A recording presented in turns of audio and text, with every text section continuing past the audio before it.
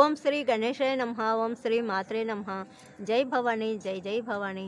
ఈరోజు మనము గురువారం రోజు ఇంటి నుండి బయటికి వెళ్ళాలంటే ఏం చెయ్యాలి అనే విషయాన్ని తెలియజేసుకుందాము. గురువారం రోజు మనము పసుపు నీటితో స్నానం చేయాలి.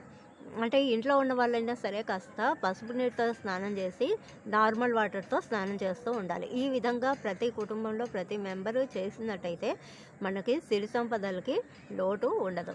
అలాగే సాయిబాబా, దత్తాత్రేయుని వంటి గురుదేవుల్ని మనము స్మరించుకొని బయటికి వెళ్ళాలి. తర్వాత మనము క్రీమ్ కలర్ బట్టలు కానీ పసుపు రంగు బట్టలు కానీ వేసుకునే ప్రయత్నము చేయాలి. గురువారం రోజు తల్లిదండ్రుల దీవెనలు తీసుకొని బయటికి వెళ్ళాలి. సోంపు కానీ జీలకర్ర కానీ నోట్లో వేసుకొని బయటికి వెళ్ళాలి. ఈ విధంగా చేసినట్టయితే మనకి తప్పనిసరిగా కార్య విజయము కలుగుతుంది.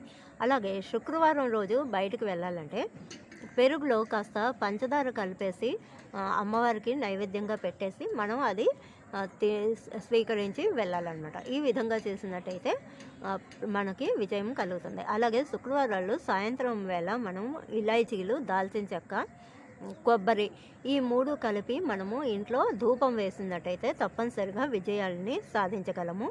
ఆర్థికంగా మనకి ఎప్పుడూ ఇల్లు సమృద్ధిగా ఉంటుందన్నమాట. శనివారం రోజు ఇంటి నుండి బయటకు వెళ్ళాలంటే శనివారము అల్లం తురుము నేతిలో వేయించి అది మనము స్వీకరించి వెళ్ళాలన్నమాట. అలాగే కొబ్బరికాయ లేదా మన కొబ్బరికాయ ప్రసాదంగా పెట్టేసి అది నైవేద్యంగా పెట్టేసి మనం స్వీకరించి వెళ్ళాలి.